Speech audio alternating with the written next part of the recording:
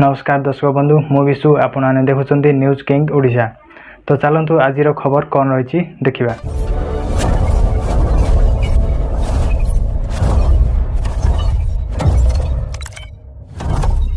सबू कल्पना कल्पनार अंत घटी शेष में विजु जनता दल में सामिल होती सुजाता कार्तिकेय।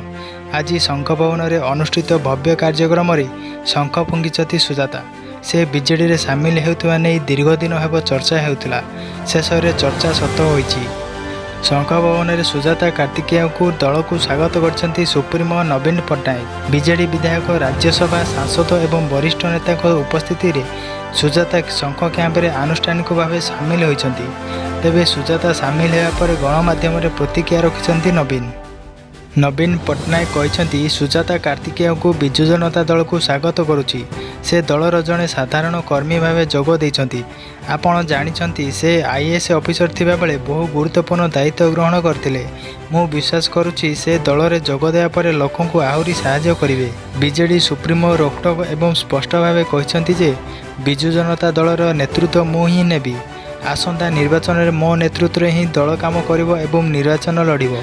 सुजाता कार्तिकेय को दल में स्वागत करने अवसर में एभली क्लियर मेसेज देइछंती नवीन पट्टनायक।